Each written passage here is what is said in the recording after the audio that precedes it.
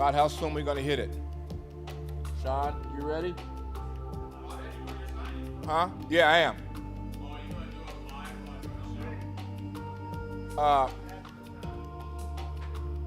No, I'm not going to do it live. You wanted to take your shots, right?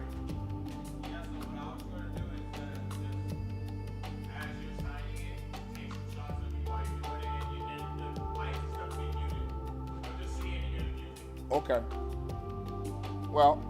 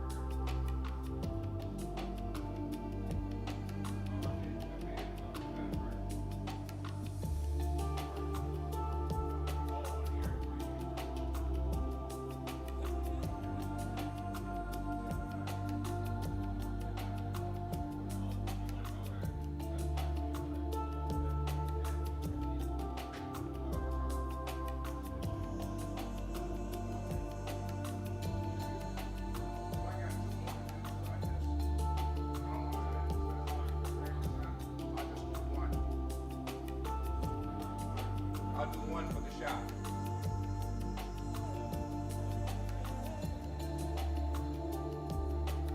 Which family was working with? We're just going in and out of the ball. Huh? Going in and out of the ball. For the signing? Yeah. Okay.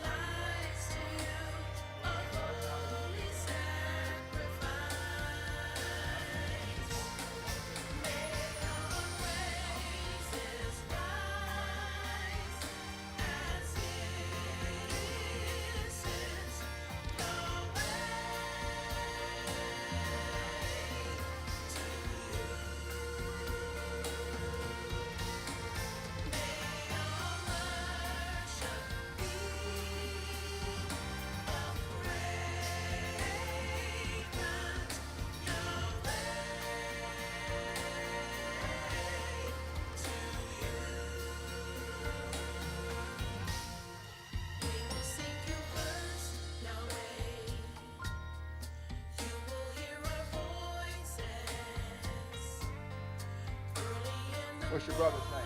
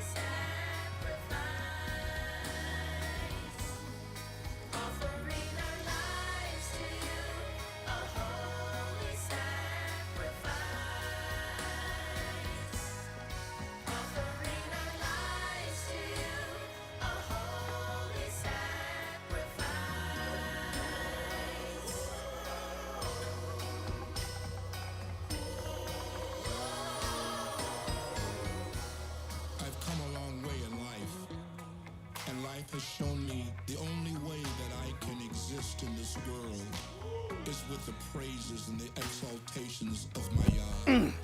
I will sing praises to him. I will extol him and I will worship him at all times. He shall be the only deity of power and authority that I shall lift my voice and sing praises to him and proclaim his name amongst the nations and declare his victorious works. I will sing praises to him, and I will lift my voice on the instruments of a 10-string instrument, and I will sing in the midst of the congregation praises to my Lord.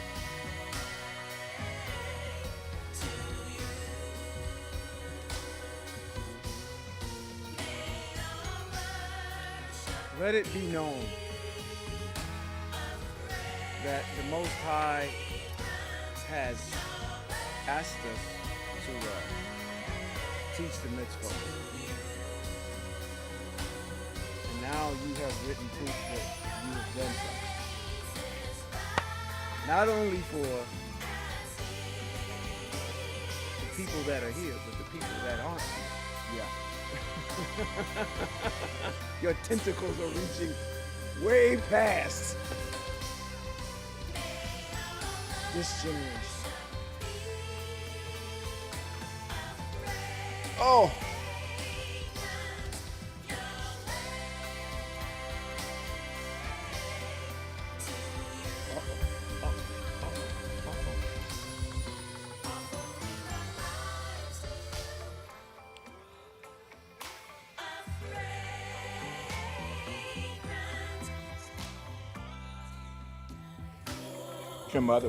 Your mother texted me. Says my book came today. Yay! She got it.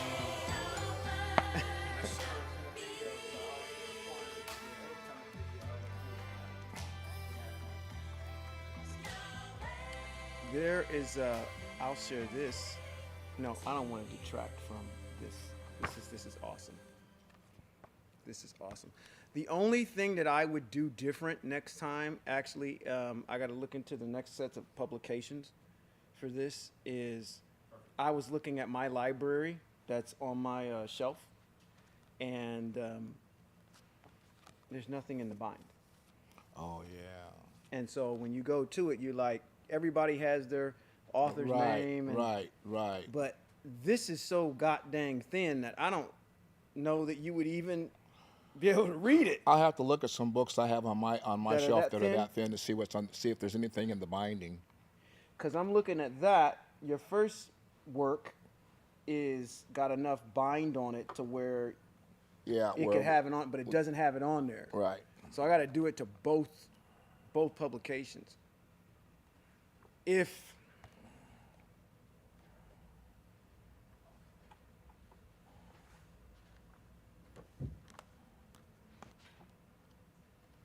these things is flying off the shelf.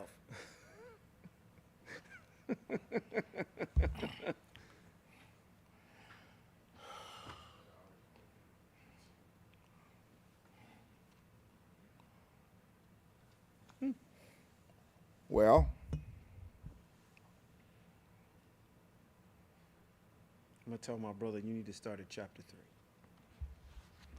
3. Chapter 3 is where you need to begin. Matter of fact, chapter 1 is where you need to begin, but you're going to really like it when you get to chapter 3. you guys can kill that heat back there. It got hot in here, and got hot in here quick. Mm-hmm.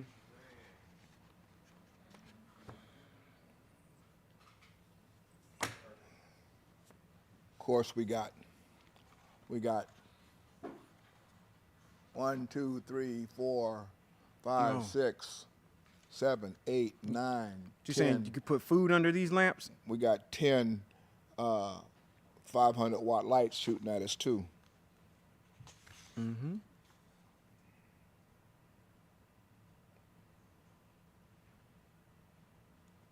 guys want to wait for the heat to turn off? No. I'm good to go. I'm ready when you guys are. We're ready to go. I'm rocking out. Hold on. Let's Let me rock. Turn it on.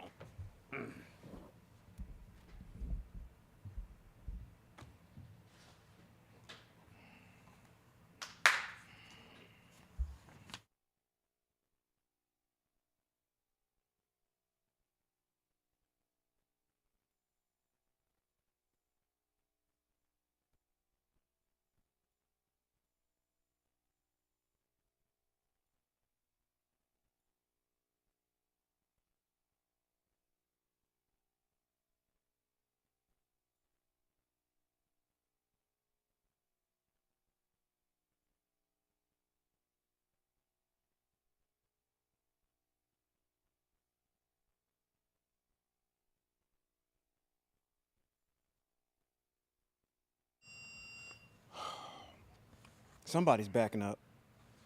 Yeah. Yeah.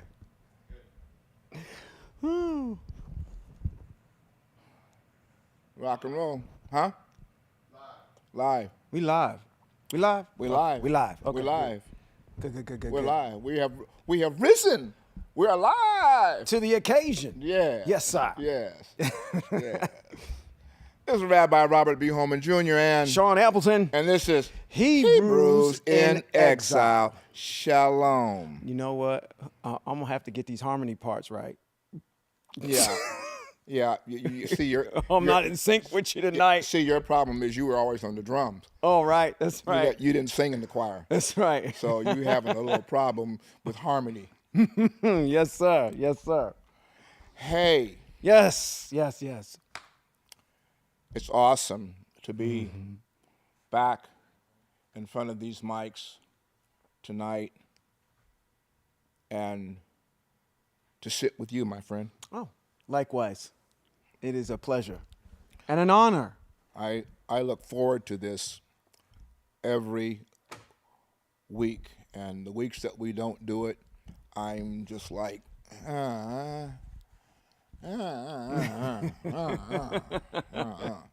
Yeah, yeah, you miss it. You miss it when you don't have an opportunity. And it's always good to talk about the Most High, no matter, because that's part of, you just hit 2 mitzvot. Actually, there was one I thought about as you were saying that. Because for me, it's a learning experience. It's mentorship. It's wisdom that, we're having an exchange and a conversation. But at the same time, I'm getting taught. But there's a Torah mitzvot that talks about how you're to honor those who have a little bit of gray all over their head. A little bit of gray all over here. And then also in the same vein, the mitzvot also talk about we're supposed to talk about them when we sit at home, when we're out and about, when we're doing things. Yeah. The mitzvot are always supposed to be, we're all supposed to be meditating on them all the time. And Yeah. you will, because it will become a lifestyle, because everything that you will see will be an evaluation of it. I ran with this and I probably shouldn't have. Go ahead. No, go ahead. Shalom, Kenya. Glad to have you tonight. Glad to see you with us. I'm excited tonight because, and I'm going to take a few minutes. I don't know where we're going tonight. Okay. That's as good. As usual. Okay. But I'm excited tonight because the book is out, and you say, what book? Well, the book that's called Torah for Hebrews in Exile. There are 2 major issues amongst Hebrew people, and that has been articulated, but have never been put into writing. And the one book is Torah for Hebrews in Exile, and the other one is In Defense of the Messiah. In Defense of the Messiah is a book that we produced, was it last year or year before? When do we put it out? The year before that. Year before last? Yeah. And it talks about how Yeshua, or how Jesus Christ cannot be God. Right. Cannot be, I don't want to even use the word God. How he cannot be the omnipotent, all-present, all-existent spirit. Can't be. This book here captures that. Yes, it does. Yes, it does. Quite eloquently, too. And so I'm going to probably talk a little bit about both of them a little bit. I'm not sure where we're going to go. But I do want to take time to talk about, for our viewers that are going to be viewing this particular podcast, if not tonight, at some later time, and if not at some later time, that are going to be hearing about it in the audio portion of the podcast. I have written a book that's called Torah for Hebrews in Exile, and it annotates all 5 chapters where there are instructions that the Most High have given to Hebrew Israel to be able to carry out in this exile. Now, what the book doesn't have in it, it doesn't have any mitzvot that are germane to things that can only be done in the land. Right. And one of the questions that's always asked of us, being Hebrews and dealing with the mitzvot and the laws, the first thing that Christians come up with, what about animal sacrifice? We don't do animal sacrificing anymore, and we're not going to be doing animal sacrificing anymore. Well, this book does not have anything to do with animal sacrifices. It doesn't have anything to do with anything that requires the service of a kohanim, nor the place of a temple. Right. We're in exile. We don't have a temple. We don't have a kohanim. but there are things that the Most High has written for us to be able to look at and deal with in terms of being Torah compliant in this exile. There's one thing in here that, let me get to it here, if I can find it real quick, that talks about where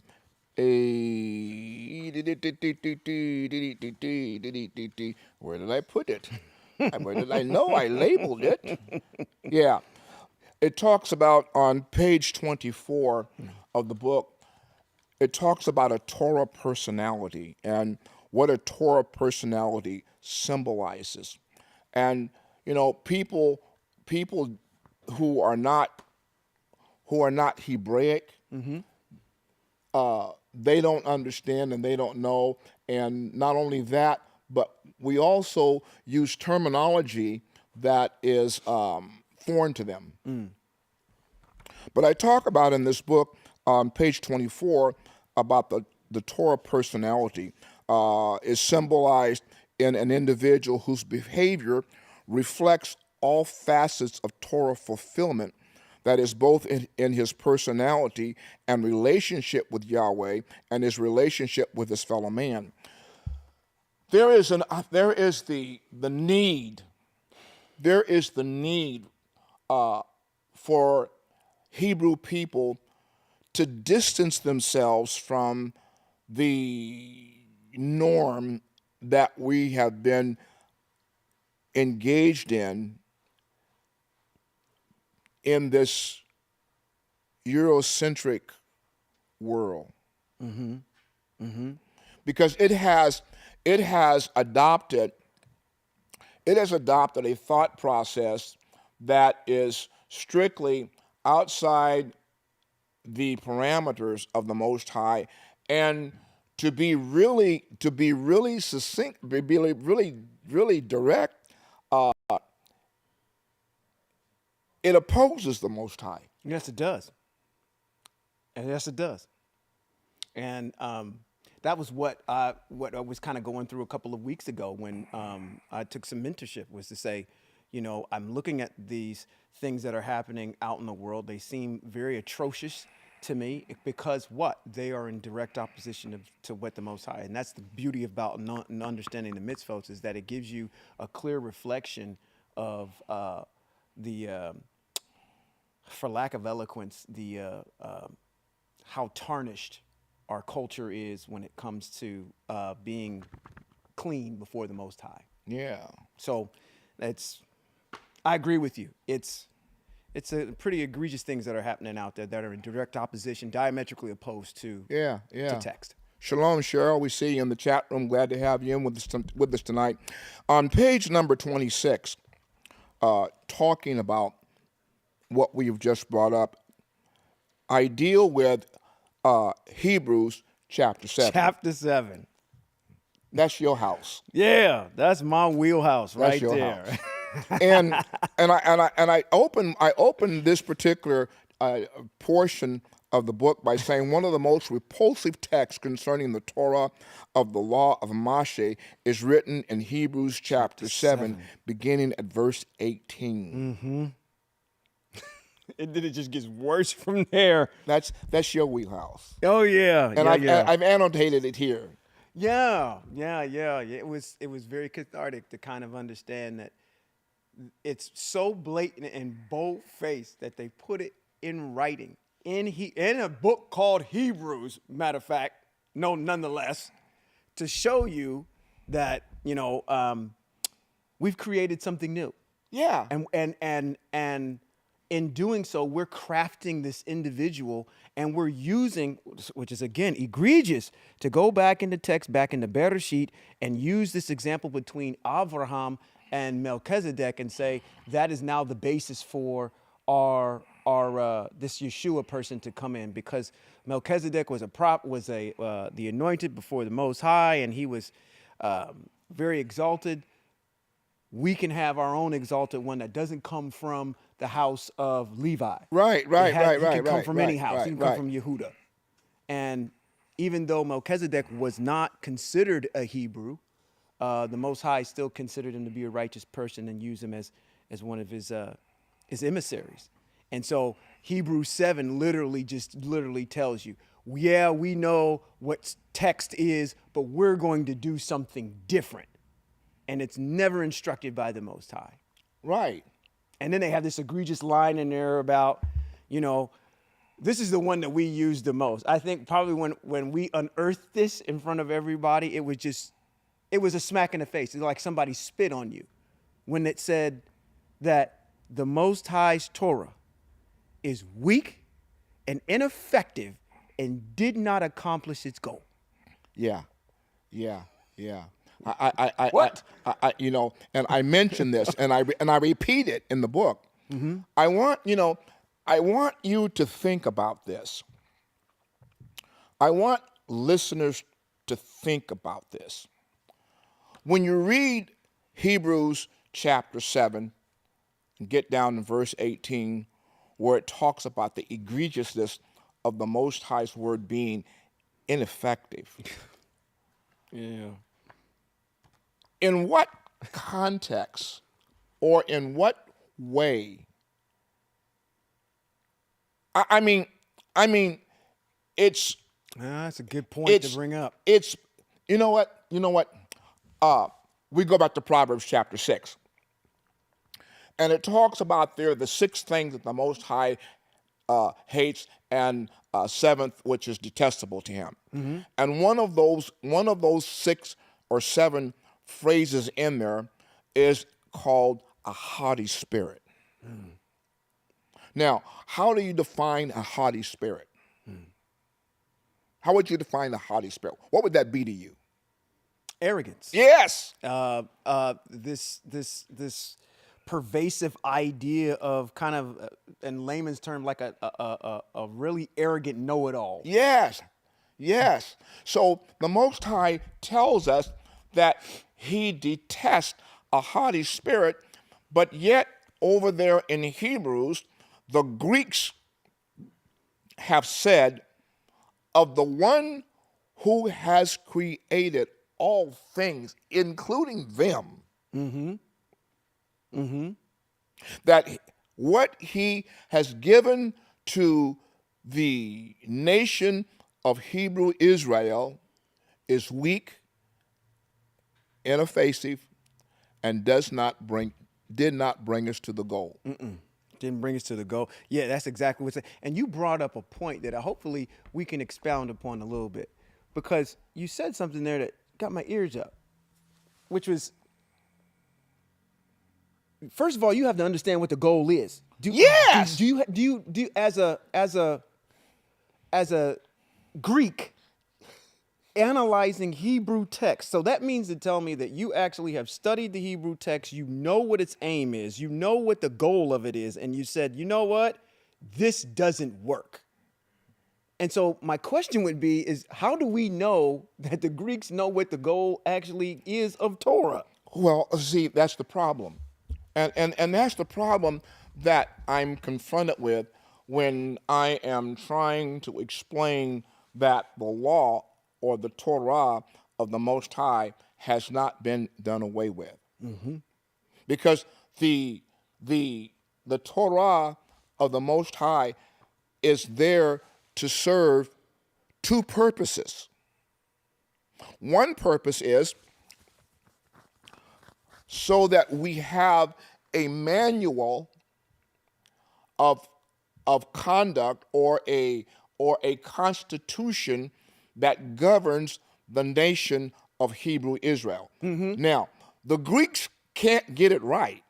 Right. It's impossible for them to get it right. Mm-hmm. And the reason why it's impossible for them to get it right is because the Torah, or the laws that the Most High gave Moshe, were not designed for them. That's correct. So they can't get that right. Right. Okay? Mm-hmm.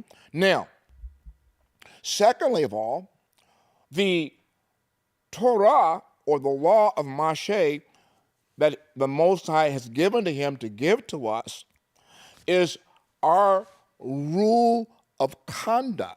Yeah. It governs our conduct. It tells us exactly what we can and what we cannot do. So it answers all the ancillary questions about life, liberty, and the pursuit of happiness. That's correct. That's correct. Now, I haven't been more happy. I haven't been more happy than I am since I have understood the dynamics of what the Most High has given to us to operate by with his laws, his rules, and his instruction. And they're written in this particular book to help us understand what those are so that we can govern our lives accordingly. What he allows, what he doesn't allow. Yes. So we don't have to guess.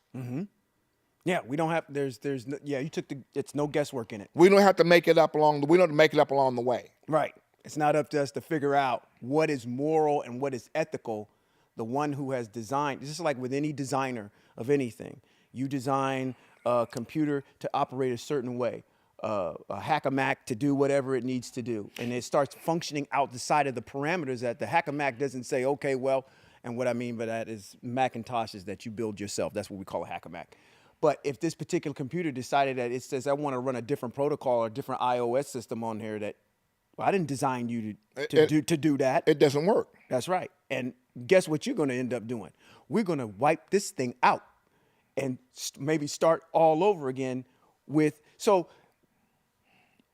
correct. But understand something. Understand the arrogance. And the arrogance speaks to the fact that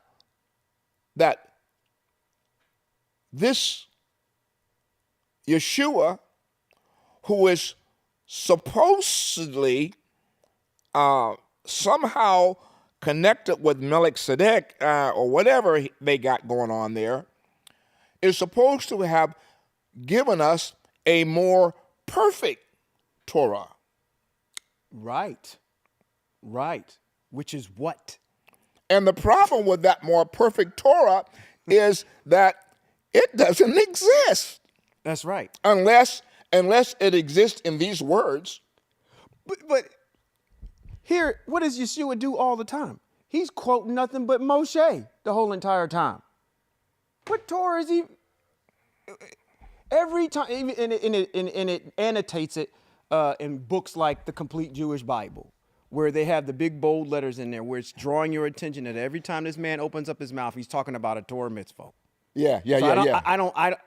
So to have them make that statement and say that he's providing a better Torah, a Torah built on what? Isn't the Torah also says there's a mitzvah in there that says don't add to or take away from it? Yes. So at least in regards to individuals saying, there's a better one, or they understand the goal of Torah. No, you don't. Because if you did, you wouldn't be instantiating something like what's written in Hebrews 7. Exactly. I mean, if the new commandment that he's given you is to love thy neighbor as thyself, and whatever else he said after that's only two. That's right. And he didn't teach that. Actually, it was somebody coming to him asking. There was a lawyer that came into him, asked him, it says, hey, Rabbi, what is the greatest commandment? And he names those two, which in the second one, he doesn't even quote right.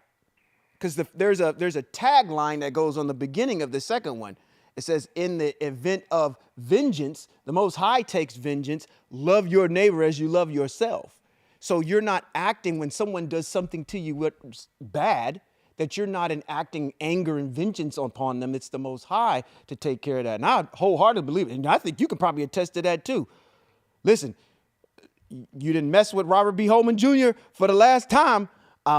Hopefully things go well with you in the future, because I'm not going to do anything. The Most High is going to deal with it. Exactly. The Most High is going to deal with it. So, yeah, I mean, we're talking about, see, these mitzvahs just keep coming out. They're so ethical and moral. I don't know how that's like literally saying, okay, I really want to challenge those individuals that sit there and say, okay, the mitzvahs have been done away with. Okay, all right. So give me your wife. Come on, give it to me. Well, no. Oh, they've been done away with. You don't believe in that no more. That since you don't believe in them. Yeah, and son, you can go in and diddle with your mama. And matter of fact, when you're done with that, Diddle with your sister. if the dog is a little parched, fool with him too. Because the mitzvahs have been done away with. Yeah, but now you will turn around if I tell you to do that, okay? You'll look at me and you say, but that's not moral. And I ask you, and then I would have to ask you a question. Well, if you're telling me that's not moral, where do you get the instinct of defining what's moral and what's ethical? That's right. Because it's going to come right back to these mitzvot where the Most High says it's nigh thee, even in your mouth and your heart, to do them. Right. It's already there. It's already there. So you can't now come and tell me something's been done away with that's already a part of who you are. Mm-hmm. Now the question should be, how did they get there? Well, yeah. So I would implore people to go back and to listen to that, what we just got through doing on Shabbat. Because those mitzvot got in there, and we know that they're there because we see them in the beginning. So there's this, I love the fact, I'm gonna make an analogy here, and I know I've been around you long enough to know, okay, yeah, I don't know if you like accolades, attaboys too much, but I will say this. The thing that's what we had in the beginning is the mitzvot were written upon the minds and hearts of the people. They had to be taught from somebody. Yes. Adam has to teach it to his children. His children have to teach, and we have to get all the way down through Noah and Shem, and they are proficient at all of these. Why? Because it's a lifestyle. But then it becomes a point where our ancestors need to have it written down. Right. And like I said before, this is one of those things, this is a great utilitarian book to have next to you, because instead of you going through and picking out the mitzvot that are a part of a narrative inside of a story that may be about Abraham or maybe about Noah, or even where the majority of them are with Moshe, they're eloquently put in or very succinct and itemized in a way where you can study them and have them right next to you. So I'm looking at that to say the same thing, is that the point I'm trying to make here is when Moshe wrote the mitzvot down, they had a point of reference to go to, even though they couldn't see them, because those mitzvot were put inside the ark. That's why we call it the Ark of the Covenant, because that's what's inside it, is the mitzvot, is the covenant. There's still written, and there was 2 copies actually made of it. So the one goes in the covenant and the one that they have that they can look off of. And so therefore, I think this book does a phenomenal job of just trying to make it so you don't have to search all over the place. And matter of fact, there is, again, I'm going to do a shameless plug. There is a digital version of this, so you can follow along with your devices and have a couple things up at the same time. But it doesn't come it comes at a good time. It really does. This book, Torah for Hebrews in Exile, follows in the words that are written in Devarim chapter 32. I think I've got it all here. Mm-hmm. And I want to be sure that we get what Moshe said. Let me see here. In Devarim chapter 32, I know in this particular book somewhere he wrote and said to Israel, when he had finished in verse 45, I think it might be here, I'm going to read it. Okay. When he had finished speaking all these words to all Israel, he said to them, take to heart all the words of my testimony against you today, so that you can use them in charging your children to be careful to obey all the words of this Torah. Mm-hmm. For this is not a trivial matter for you. On the contrary, it is your life and through it you will live long in the land you are crossing the Jordan to possess. But I'm looking for the part in here where he told them, after he finished teaching them the Torah in this particular book, where he told them that after he finished, to take now and you write a copy of this Torah that I'm giving you. It's Okay. in here somewhere, and I don't know if it's before this or after this. I couldn't find it as I'm scrolling through here. But he asked the children of Israel to take and write down this Torah. Well, what I've done for you, what I've done for you is I have placed in this book the Torah that Moshe instructed Israel to write from what he had espoused to them before he died. Yeah, and in the same vein, let me say this, and also give you another attaboy, or attaman. This is also one of these things where I'm proud to say that when we were back in Christianity, and somebody had asked you, well, what do you guys believe? What are you following? And every Christian that you ask will have a different answer. Every denomination will have a different set of rules or whatever they go by. But we as Ibir, now that we have this particular book as a kind of running in tandem with the mitzvot of the Most High that's written in the Masoretic text. I mean, you just extracted them out. We have something that easily you can put underneath your arm and say, go read this.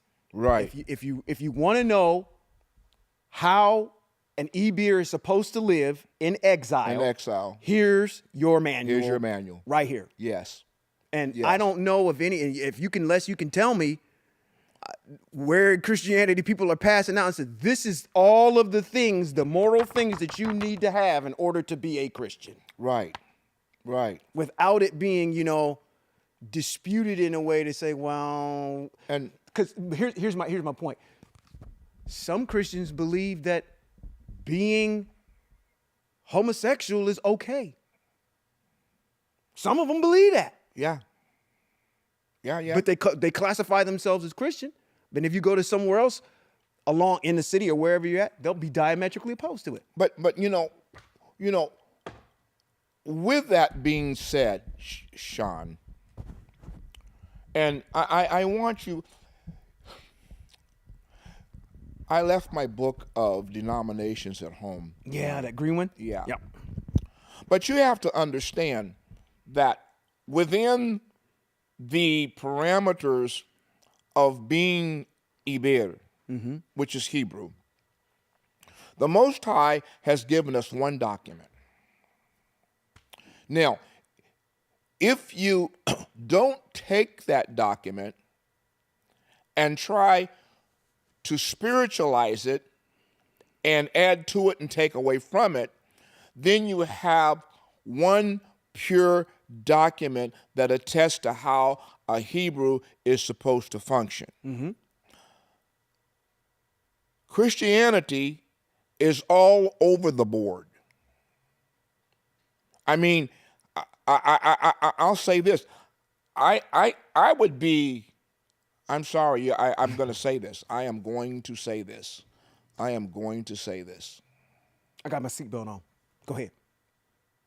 In the climate that we live in today, there is no way I would want to be identified as a Christian. Elaborate. Well, the evangelicals call themselves Christians, and they are a hot mess. They are a hot mess. Obviously, I'm going to get back to Proverbs 6. Talk about a haughty spirit and a lying tongue. But you want to affirm the Bible as your architectural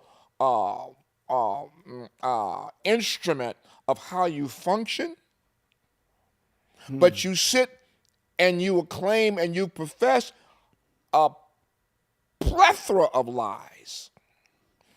not just from Agent Orange, who you support, but amongst your own selves.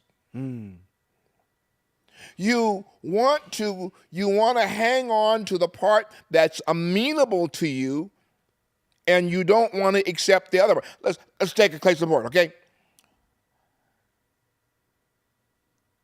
You want to legislate against the LGBTQ plus people. And I was reading today, I was trying to figure out what is this madness? It's a mess. It's a mess. Right. But that's okay. You want to legislate against that, but yet and still in that same Bible that is supposed to be your architectural manual, you skip over the other things that the Most High says he hates. That's right. They're sitting there writing that legislation, eating a pulled pork sandwich. Yeah, and eating, you know, I am. She's gonna get me tonight too. Uh-oh. She's gonna get me tonight too. But I'm asked questions about what we can eat and what we can't eat. Okay. And I can go to text and I can explain it. Absolutely. I can read it. Uh-huh.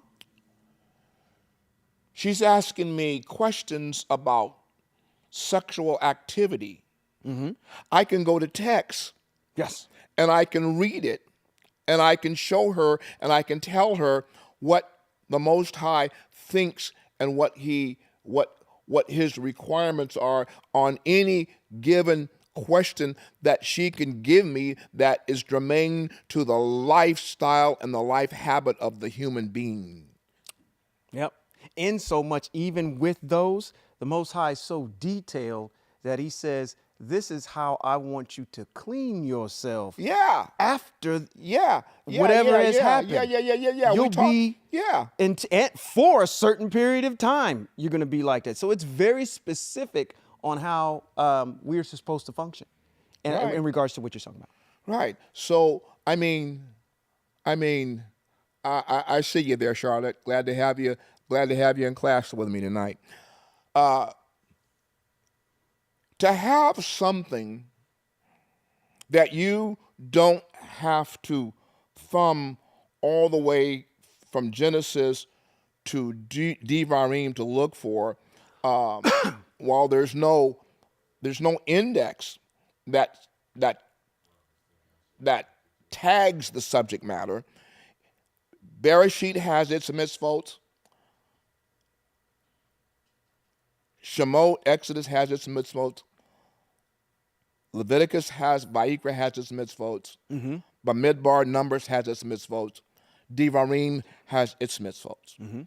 At least you can thumb through there and you can find a answer to a lifestyle that governs what it is that you want to know. Absolutely. And it'll cover the whole entire gamut from A to Z, literally. From the womb to the tomb, there is a mitzvot that governs every single piece of that. You know, and as I've indicated before, and I've written it in the book, I have chronicled all the ones that I saw and I thought would be significantly important to us. And if I missed any, that for those of you that are studious readers, I've left blank pages in there with lines for you to annotate them and put them in for your own need and for your own use, so that you'll also have that. So if a question comes up amongst your friends or somebody, your book will be complete. Absolutely. Let me ask you a couple different questions, if I can change gears on you for a second. We're going to stay in the vein of the book. we're gonna get the clutch going on here on this manual shift. So you've written, and this is the theme of books, not just in this one in particular. You've got one already where you've addressed the elephant in the room with Yeshua. You've dealt with that one in your first book. The second book, you've dealt with the Torah. What subject matter is out there that you think needs to be addressed by, that's really plaguing the e-beer? Or, because I know you have, get another shameless plug, another literary work that you're working on. You know, I'm currently working on the third book, which is entitled "What About My People?" And that book is going to be a compilation of the two books, but also a history of the origin of the beginning. Starts with the beginning, traces us all the way through the narratives of who we are, how we were created, and how unique we are as a people. And this is the one thing that I want people of color to know. Listen, I don't care what imperialism broaches. There is absolutely unequivocally no people on the face of the globe like the man and the woman that the Most High created in the garden in the beginning, and their offsprings from them that are germane back to the three sons of Noah, excluding Yephat and Ham. Exactly.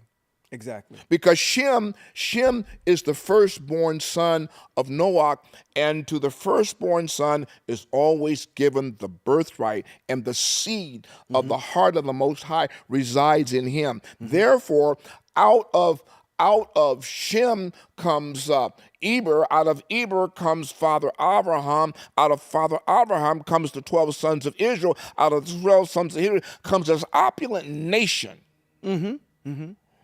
But even inclusive of that, when we look at the history and the origin of man, and you talked about it this past week as you talked about Adam and Havel, yeah. and Isha. There's nobody like us. No. The Most High created us in his image and in his likeness. He gave us DNA that is connected to him. The third book also is going to speak to all of the creativeness that's associated with the man of color and all that he has contributed to society. Okay. I mean, in this third book, I've got to bring the wall down. Okay. And I'm pretty sure you And will. all the stuff that's been hidden in the wall and pull it out so that we can understand who we are as a people, what happened to us, and why we are the way we are, and why we refuse to change, and why it is that we're going through all of this anguish that we're going through. And we're going to answer the question in that book. Well, the question is, well, how long are we going to be treated? Well, until you I can't say that word. Can't say that word. We're not going to get flagged by YouTube. I can't say it. Until we get our heads out of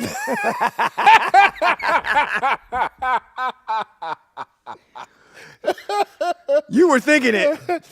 No. Until we get our heads out of the sand. Until we get our heads out of the sand and realize that there is one unique power that is in effect in the universe, and that power is the one that's orchestrating all things that are happening in the world that we live in, and we understand that there's only one power that has an effect on everything. And it ain't Jesus Christ. Right. Now, will this book go into kind of like what our prophets actually do? Will they actually? Matter of fact, it follows that. It follows that same It theme? follows that same. So, Okay. what he's asking me, you have to know how the prophets write, Right. Yeah. of which a majority of your pastors and teachers and preachers, they don't have a clue how the prophets write. As a matter of fact, they use what I'm getting ready to say. You all know it's true. Okay. Lay it on me. Sunday morning, Sunday night, whenever you go to church and your pastor gets up and preach, he's not teaching you anything. He's springboarding off of some portion of text that he finds amenable, that resonates with the repetition that he wants to bring home. Absolutely. Here's a theme. Here's the theme, And then here's the text that kind of goes with the theme, right? And then we're gonna bounce off this. We're gonna springboard off of that, you know, and then we're gonna ride this horse until you get into a frenzy, right? Get into and you an think emotional that's teaching. state. So they don't have a clue how the prophets write. Right. Agreed.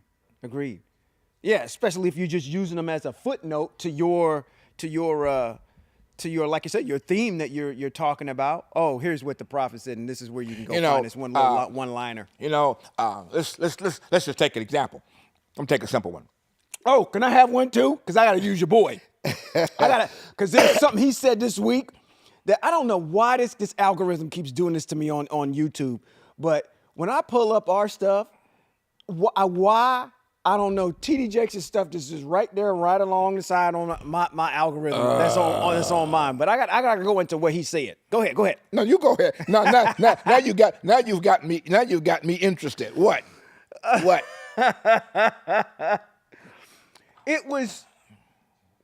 He was giving a sermon, and I'm going to set this up for you, okay? You know about this individual named Yaakov, right? And as Yaakov is that's Jacob, by the way. That's Jacob, and he uses Jacob's name. He tells the story like a good storyteller. I think that's why people love him so much. He's a good storyteller. He's a good storyteller. He's got that vibrato. He's got that pacing. He's got something that'll just draw you in as he's speaking.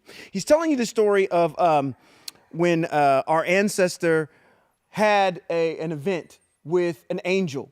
And as he's wrestling with this malak, which is an angel, the angel, in the tussling, our ancestor dislocates his hip. Yes. And so there's a mitzvot that comes out of that about not eating the sinew that's associated with, that's over that thigh area. Yes, and that's written in the book too. So what does he get up there and do? He says this. Now, I'm trying to imitate him the best I can, but I can't because he's got his own style. Don't do it. Okay. No, don't disgrace yourself that way. He says up there and says, Jacob wrestled with the angel all night and he dislocated his hip. Now, I want you to know something, that when he met with that angel, he was meeting with God. And anytime that you have a meeting with God, you're going to come out walking different. And then he continues to go on with this exposition about walking with God and how your life is going to change and you're going to be saved and all the things that you did before in the past. When you have a true meeting with God, just like Jacob did, you're going to come out walking different. So it's these cute little anecdotal things. I think really, if you want to be, I'm going to give you the formula. Correct me if I'm wrong. If you want to be a modern day 2023, you want to start up your own church and fleece the people for their money, this is how you do it. This is the game that you're going to need to have.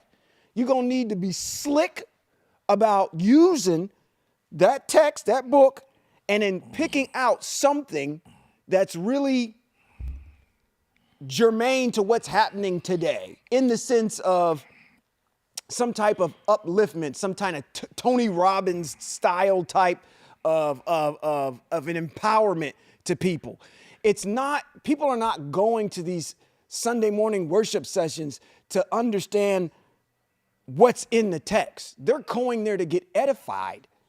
And if we're not edifying people, then if it's not about me, and that's the selfishness and really getting to the back almost to what you were talking about, that haughtiness, is that if it's not about me and it's not about my growth as a person, me feeling better, getting this free psychotherapy every single weekend, then I don't want to hear about it. Listen, I'm fully aware because I taught this stuff. I taught topical sermonizing. I taught theme sermonizing, and I taught expository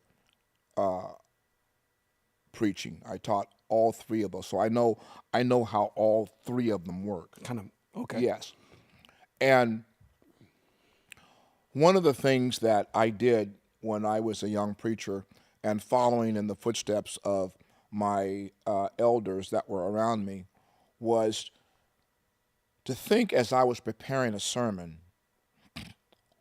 now, what kind of topic can I use that's going to get their attention? What scripture can I find that's going to meet the topic that I'm going to use? And then how am I going to take this and drive this home? Because that's it. What can I say that's going to get their attention? What scripture text can I use to support it? And then what in the narrative of that text can I use to drive the point home? So even in that style of teaching, it's never based on we're starting with text. No. And then whatever comes out of text that may be relatable that comes up, we'll get there. It's, I have a topic, and let me see if I can find a text that supports it. Yes. Wow. Then at that particular point, you could use any reference material. Well, yes. Okay. Well, yes. Okay. You know, because my bishop back in the day, he was when before he got saved, he was on stage and he was a comedian. Oh. So we have all this comedic activity in the bishop, but he was a great man. He was funny and he was great. So we're at a convention, and he's coming home from the convention, and he calls ahead, and he tells them to tell his assistant pastor, when I get home, I want you to tell the people that I'm going to preach a message. Wild ass on the loose, what a pity in the city. I mean, wild ass on the loose, what a pity in the city. And he takes it from a text in scripture. It was a brilliant piece of work. But his assistant pastor took offense at wild ass. Right. So he told him, he said, when Bishop gets home, he told me he's going to preach a message, wild donkey on the loose, what a pity in the city. Bishop said, that's not what I told you to tell him. I told you to tell him I was going to preach wild ass on the loose, what a pity in the city. You tell him what I told you. So, I mean, you look for these cute little... like one-liners, Yeah. They kind of, support it. But, getting back to this third book, this third book is going to have in it the order of how the prophets write. And the prophets begin at the beginning. They do. They begin at the beginning. And then they move into a middle part. And from the middle part, they move into the offenses of Israel and the things that Israel has done to cause the Most High to be so upset. Mm-hmm. And then they talk about the Most High speaks to them and tells them all the things that He is going to do to them because they won't hear blah blah blah blah blah. You know, and then they close. Their close is, see, if you read the close and don't read the beginning, you read about all the magnificence about the Most High, of how forgiving He is, and what He's going to do to restore you, and how He's going to bring you back to the land, and how you're going to be one with Him and He with you. That's how all the prophets close. Wow. They follow a pattern like that. And so this third book that I'm writing is going to follow that same kind of narrative. But I've got to deal with all the little pieces in between. Case in point, how idolatrous are we? Very. Sure. We're so we use language that's idolatrous and don't even know it's idolatrous. Absolutely. You rattle off the days of the week. You know, as a matter of fact, in this book, A Torah for Hebrews in Exile, I deal with the subject matter of how the origin of the word God and Lord have been implemented into scriptural text, and how the Greeks have left out or changed in the narrative the name of the Most High over 68,000 times in text, so you would never know His name. But then we get into the text where He says, "They that call upon the name of the," if I read it from the Greek text, it says, "They that call upon the name of the Lord shall be saved." That's part of Joel's narrative that he speaks, but he's speaking about that particular issue germane to the end of days. When devastation and peril is upon the land, and devastation is upon the land, and Israel is being redeemed, but the world is succumbing to devastation and trouble. As we get back to Daniel chapter 12, he says, "They that call upon the name of the Lord, or the name of Yahweh, will be delivered." So now, if we look at that particular text from a Greek perspective, and you're in trouble, and you're calling upon Jesus because He's the Lord, guess what's going to happen to you? You're going to be messed up. You're not going to get delivered. And delivered from what? See, the issue of deliverance is not being saved in the narrative of Christianity. The Most High saying, "I'm going to save you from the devastation that I am going to bring against everybody else." Right. But you're going to have to know my name in order to do that. So if the Greeks and the Romans have left His name out, and they've done it intentionally, let me see. Yeah, in the third book, I'm dealing with that particular issue. Is that the intentional design of the Greeks and the Romans is to disconnect you from the authority of the Most High by first eradicating His name, okay?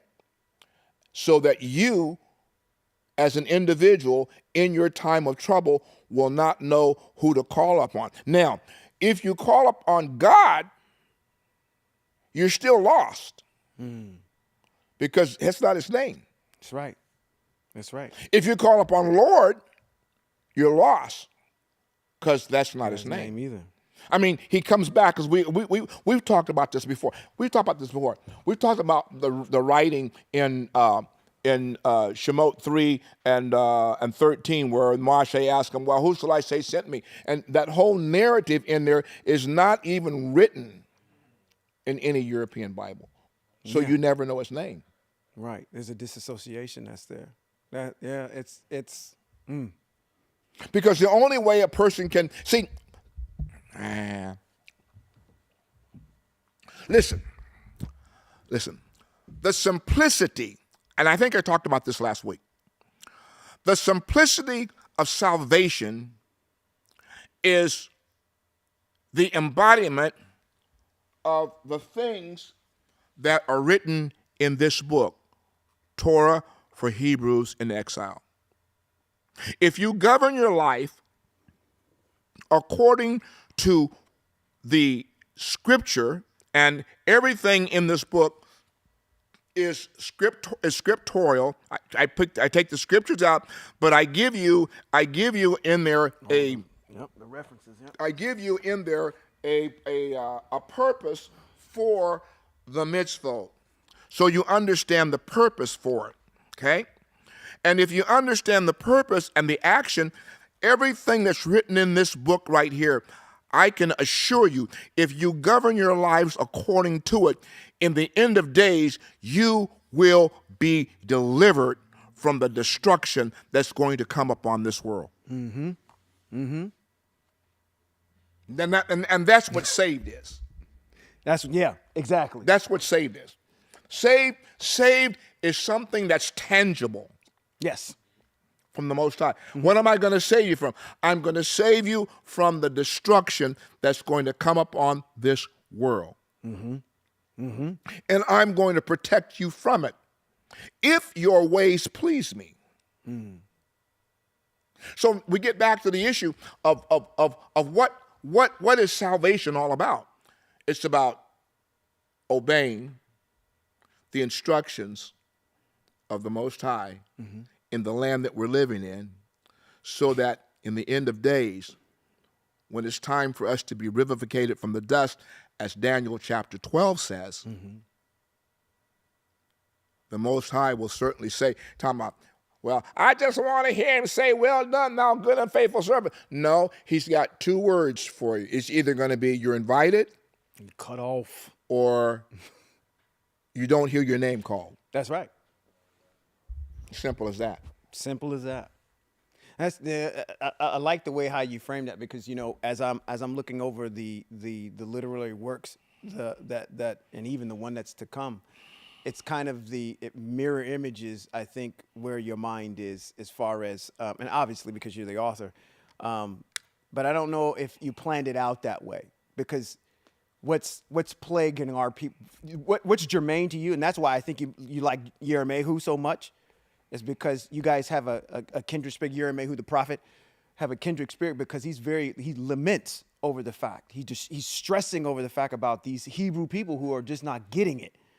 And so you dealt in the first book with an issue that's plaguing the Hebrew world, which is this issue of a Messiah. And then we move right into this issue of, okay, now that we've dealt with that, let's deal with the issue of what we have to do in order to be right, have right standing in the Most High. And then this third book, if I can maybe put it in a couple of sentences, is going to be the book that actually is going to encapsulate it all. It's going to encapsulate it all, but it's also it sounds like what you're setting it up to do is to be the book that you can read to help a person come out of what they've been in, understand who they are, understand their importance and value that they have to the Most High, and how they can function in a way to say, okay, if I don't do what the Most High is asking me to do, and you've got the references there, this is what it's going to end up being. So it's kind of like a soup to nuts thing to say, we're dealing with the fact of where you are right now. Where are you at? Yeah. Where are you at? You're in Christianity right now. Yeah. So we got to deal with this Christ thing. Yeah. Real quick. Yeah. And then after we deal with Christ, now what? How do I govern my life? We got a book that deals with that. Right. Now, understanding holistically about your whole entire existence as a generation of people who the Most High has made a covenant with, what does that mean? And so you can be able to articulate it. I think that's why you jumped into the issue of understanding how important we are to the Most High as a melanated group of people, and what we have to stand for: integrity. We are the leaders of this world, and nobody is looking to us for anything. And that's a part of our exile and turning away from the Most High, is that, and I'm quoting Devarim chapter number 28. We're a laughing stock to everybody. Right. But but I'm just commenting on how the fact that, because I want to get into something else about these books as well. I have a personal question about, but I see the genius in how this is being crafted together, even though you may at the time say, okay, I'm focusing on this, and you're in tune with what the Most High is telling you to do. There's a master plan that's here that's unraveling itself, that continues to be a theme with the Most High. That I have no control over. That you have no control over. Right. So in that particular vein, are you delving in outside of this? Because I know you're mainly sticking to Torah and the prophets and those individuals. Are you going outside? What I mean by that is what we commonly known as the Apocrypha books or these external books that support. We'll get there. We'll get there. As certain questions pop up in my mind as I write now. As a matter of fact, I was working on it last night, and I had questions that popped up in my mind, and I'm saying there's where the answers are. The auxiliary books, such as the Apocrypha, will play a role in terms of answering certain really in-depth, detailed questions. Yeah, but I'm not as fluent in them as you are. I wouldn't say You that. are no. You have spent more time in them than I have. Okay. So you're more fluid with them than I am. I'm looking for answers to questions, and I know that they are more than likely in those books, which is probably going to take me a longer time to finish the third book. Yeah, I know, because you like the Book of Yasher is pretty poignant. Love pretty it. salient in that it's quoted quite a bit. I love it. It feels in those I wish that would have been something that as we were coming up across the street, that at least make us aware of what's there. There's so much detail and richness that's there. No. They did? Okay. They couldn't. Listen. Let me tell you. Okay.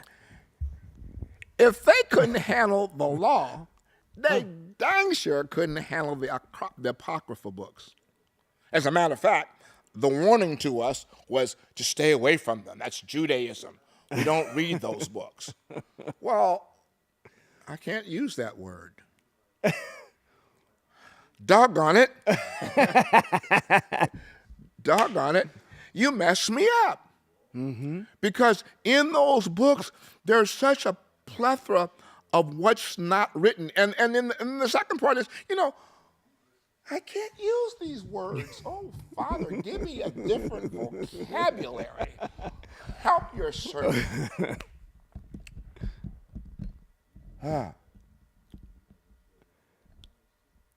There is such a plethora of an addendum to what's in Scripture, and we have to ask ourselves a question.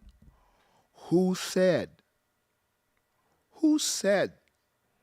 that these books that you're carrying under your arm every week are the only inspired works of the Most High? Who said that? Right. Who told us that? Yeah.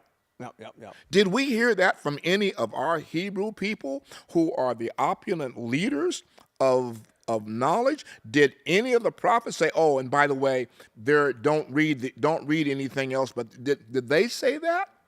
So who said that the Apocrypha books were not inspired by the Most High? Oh, it's the same people that told you that the law's been done away with. That's right. It's the same people that eradicated the name of the Most High out of all Bibles so you wouldn't know it. Yeah. So I'm ready to tell them, get up out of my face. Get out of my face. And all of you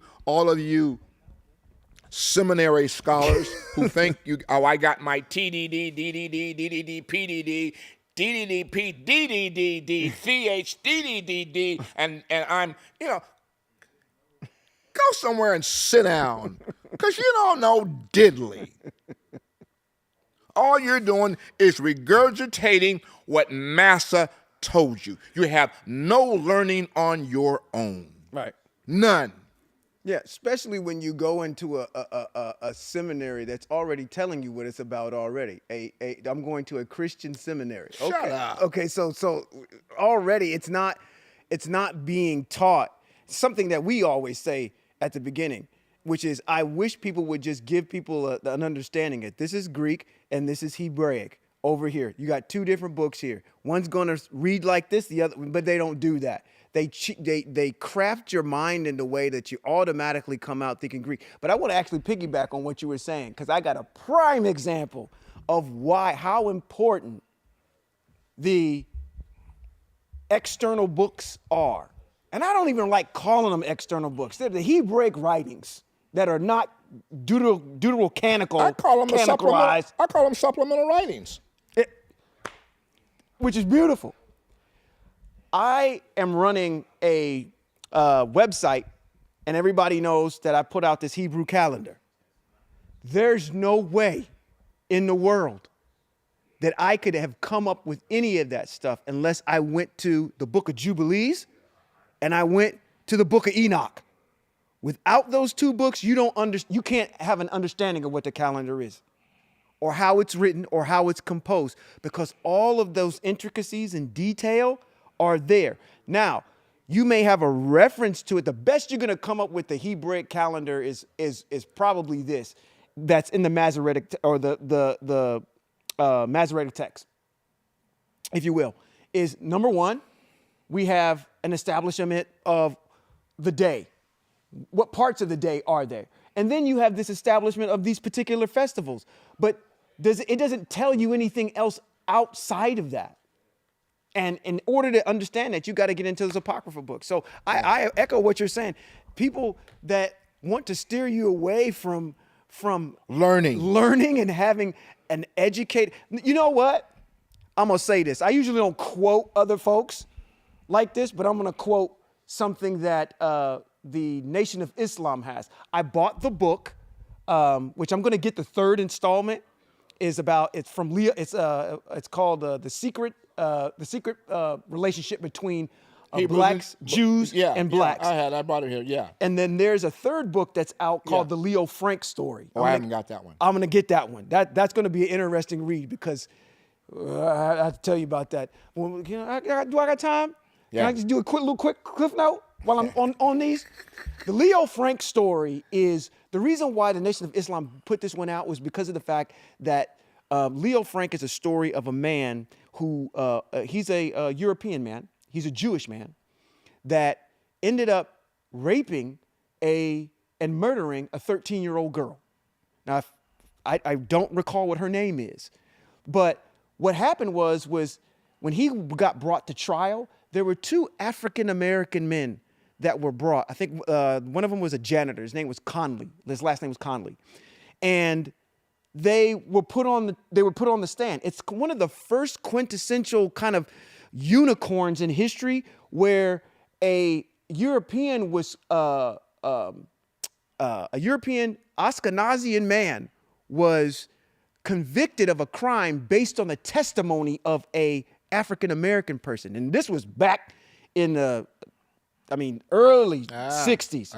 Okay. So this, I don't even think it's early 60s. I think it was even way before that. I think it's even going 19, don't quote me on this, but we have to check the dates on this, probably anywhere from 1920 to 1940, somewhere in there. But what it did was it instantiated this, the Jewish Anti-Defamation League came out of this case because they said, he got convicted. You shouldn't be listening to Negroes because all Negroes are liars. And this is what the lawyer said in the transcript. I'm using the PG version because he didn't use the word Negro, okay? He used the ER one. But he's standing up in front of all these people giving this testimony against these black people saying, you shouldn't trust them. They leak lies left and right, and you're going to convict this upstanding pop. He's trying to vouch for his client. Yeah. And because of that, they go through, the Nation of Islam puts together this complete compendium of this whole entire thing to say, you know what, you guys over here trying to tout that it's an anti-Semitic thing. And when you actually did find out, and when they go through everything, they show that this man actually did it. And then he confesses to it later on.